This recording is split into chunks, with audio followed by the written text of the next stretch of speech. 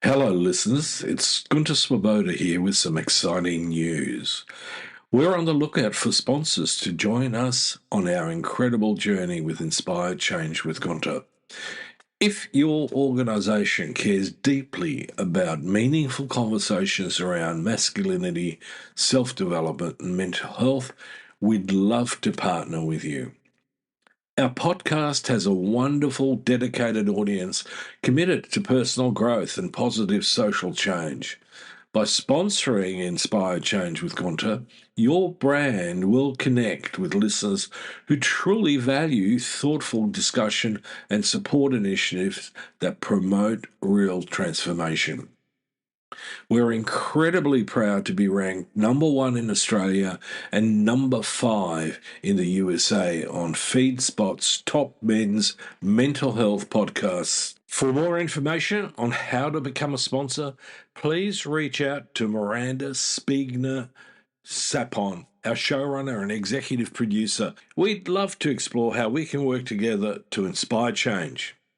Now, thank you for your continued support, and let's keep inspiring change together. You're listening to Inspire Change, a broadcast that strives to educate, motivate, and empower men to challenge traditions of masculinity. To guide us through the intricacies and intersections of emotions, relationships, and male identity is renowned psychologist, author, and speaker Gunter Swoboda. This is Inspire Change.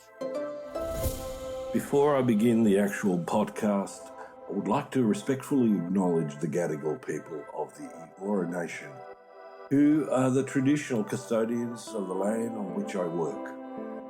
I would also like to pay my respects to their elders past and present. Welcome everybody to another episode of Inspired Change with Gunter. I'm your host. Welcome back to Inspired Change with Gunter. Today, I want to step back from the day-to-day noise about masculinity and talk about something more profound. Not another argument about toxic masculinity or real men, but a question that sits underneath all of that. What kind of animal are we actually? Are we really built for hierarchy and domination? Or are we built to live as equals?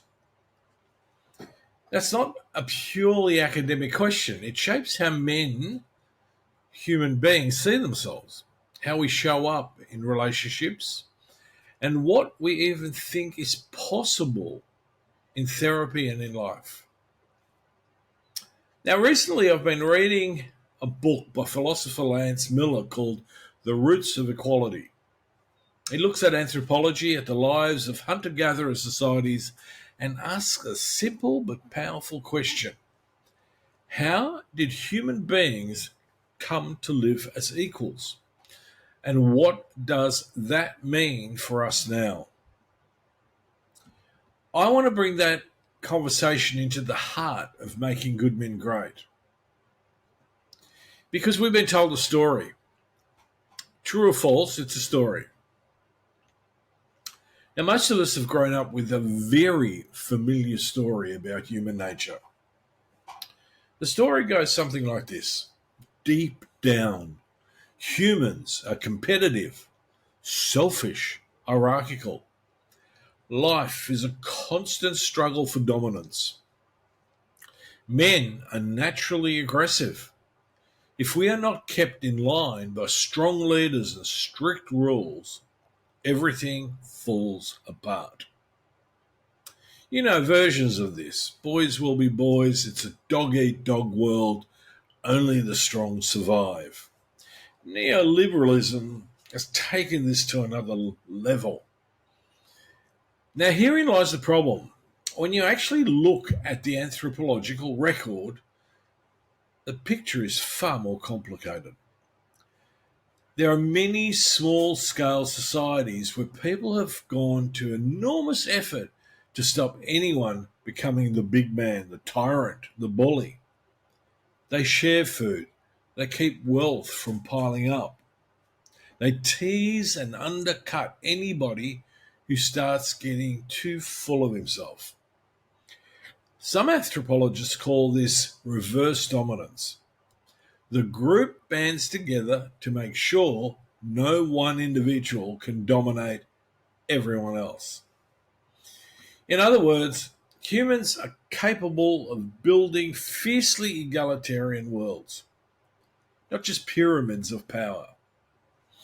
So, straight away, the simple story that men are naturally dominant and hierarchical gets really wobbly. Now, one of the things I like about Miller's work is that he doesn't treat equality as a slogan on a protest sign or in a paragraph in a constitution. He treats equality as a lived way of being together. In many foraging societies, nobody can lock up the food supply. Nobody owns the water. If you are hungry, you can walk over and eat it. If someone tries to hoard, there are social tools to deal with that. People move camp, they share, they mock the hoarder, they walk away from would-be tyrants. Equality here is not everybody gets the same salary. It's not that one can easily put their boot on someone else's back. Now think about how far that this is from the way many men are shaped in today's society. We are trained to compete, to climb, to measure ourselves against other men. We're told our worth depends on being on top, or at least not being at the bottom. Inside, that becomes what I call the masculine introject. An inner voice that says, if you're not winning, you are nothing. If you show weakness, you will be crushed. If you let go of control, you'll be humiliated.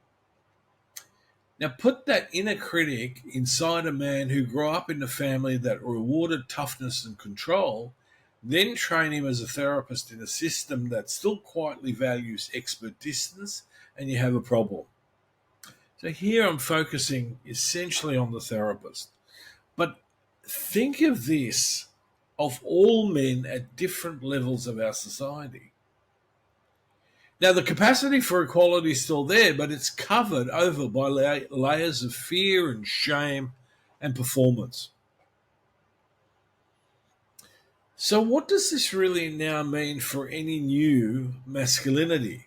And you might well ask, so what has all this got to do with a new masculinity and with making good men great? Now, for me, it changes the starting point. If you believe men are inherently dominating, then any call for change sounds like a moral lecture. Be less toxic, be nicer, be more sensitive. Many men hear that as an attack on something essential in them. Now, if you start from the idea that humans, including men, have a deep capacity for egalitarian relating, then the conversation shifts. The question becomes, what has blocked that capacity in you? Where did you learn that being a man means being above others, or at least never below? Who taught you that equality is weakness? It also means that when I talk about making good men great, I'm not asking you to become some abstract ideal. I'm really asking you to recover and grow into something we know humans can do, and humans have been. Living as an equal, not a ruler, not a doormat, but an equal. In practical terms, that shows up in three areas. Firstly, in your intimate relationships. Can you really sit with your partner as an equal human being, with your fears and needs on the table, instead of armoring up as a stoic problem solver? Secondly, what about your friendships with men? Can you step out of constant banter as defense and occasionally say, mate, I'm really struggling, without feeling you have been broken some masculine law? Thirdly, is it in how you show up at work and in leadership? Can you hold authority without needing to dominate, to humiliate, to outshine? Those are all questions of equality, not just skills. And the point that I want to make in this podcast is that therapy is a space of equality, or at least it should be. So let me bring this into the clinic for a moment. One of the quiet revolutions in psychotherapy has been the recognition that therapy works best when it's a collaboration, a relational process rather than a one-way expert performance. If equality is about protection from domination, from control, then good therapy is, at least partly, about building a space where the client is not dominated or coerced, not by the therapist, not by their own internalized critic, not by the expectations of what a real man should be. For male therapists, that isn't simple. We have our own masculine interject. Many of us have been rewarded for being confident, decisive, and in control. Sitting as an equal with uncertainty and vulnerability can feel at times like failure. What the anthropological story gives us is permission. It says humans can live this way. You are not violating nature by stepping down from the pedestal. You are actually drawing on a very old human capacity. Now, in supervision and training, this has big implications. We should be asking not only what is your theoretical orientation, but how does your own masculinity show up in the room? Are you simply reproducing hierarchy, status, or are you really practicing equality? So, where does this leave us? Well, firstly, it undermines the lazy claim that patriarchy and male dominance are simply the way things have always been and must always be. The conservative catch cry. The record shows that humans have other options.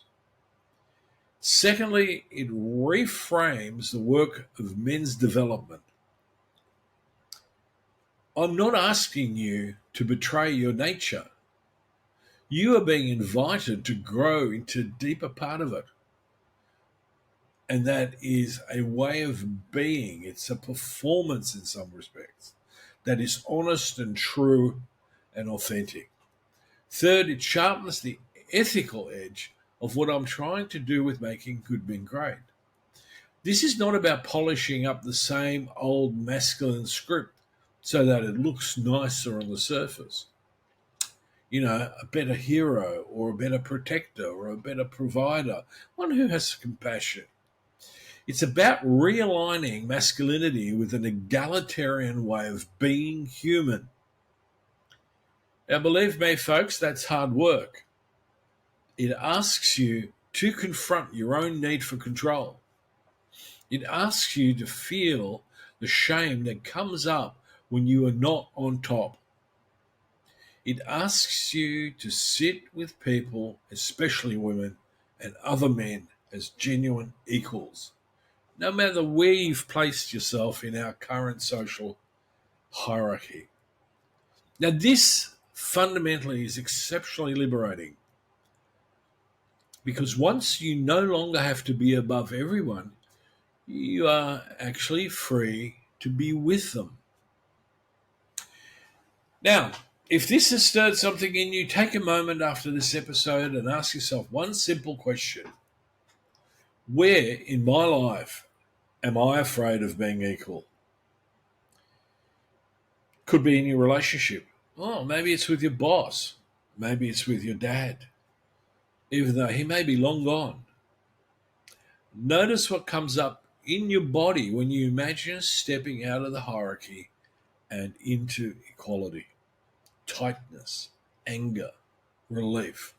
Where's the rupture and where's the repair? And this is where the work begins. As always, if you want to go deeper, this is exactly the territory we explore in Making Good Men Great, and here on Inspire Change. Okay, folks, thanks for listening. Please, in this festive season, look after yourself, look after each other, and remember, being a good man is not about being on top. It's about being fully human together. You know, on this show, we talk a lot about living with purpose, slowing down, paying attention, and being intentional about the choices we make every day. Because when we simplify the noise around us, we can better hear what really matters. Empathy, connection, and showing up as the best version of ourselves. That's why I'm genuinely pleased to welcome our newest sponsor, Distill Union. Their philosophy aligns beautifully with what we do here. Distill Union creates slick, thoughtfully designed essentials, wallets, key organizers, phone cases, all built with a less is more approach. Their Wally wallets, Ferris key organizers, these are everyday tools that make life easier, cleaner, and calmer. In that simplicity, there's space for clarity. There's space for change. As a thank you to our Inspire Change community, they're offering 20% off any product with the promo code Inspire Change. Have a look, try them out, and see how simplifying your day can open the door to something deeper. Visit distillunion.com and enjoy 20% off any product with the promo code Inspire Change. That's distillunion.com with promo code Inspire Change to check out. Hello to all our listeners. We thank you for tuning in and promoting positive social change. This makes you a part of Gunter's efforts in transforming not only men's lives, but lives in general, and we are grateful you have joined us. This week, we're taking a look at the global listeners list, and we would like to share our gratitude with our listeners in Cameroon. You brought Africa all the way to number 6 on the global listeners list. Congratulations! We thank you so much for your continued support, and we appreciate your efforts to support positive social change. I, Devonna Prinzi, the co-executive producer, and our showrunner, Miranda Spigner-Sapone, sincerely thank you and ask that you please take the time to like, follow, subscribe, and share, as your efforts make a difference to everyone here at Inspire Change with Gunter. Please remember, if you want to share your story of social change, feel free to reach out to the show directly. Please see the show notes for our contact information. As always, thank you to each and every one of our listeners, and most importantly, please keep inspiring positive social change. Love to hear from you. And if you're interested, please check out my work on www.gunterswoboda.com or www.goodmengreat.com. Thank you for listening to Inspire Change, a broadcast that strives to educate, motivate, and empower men to challenge traditions of masculinity.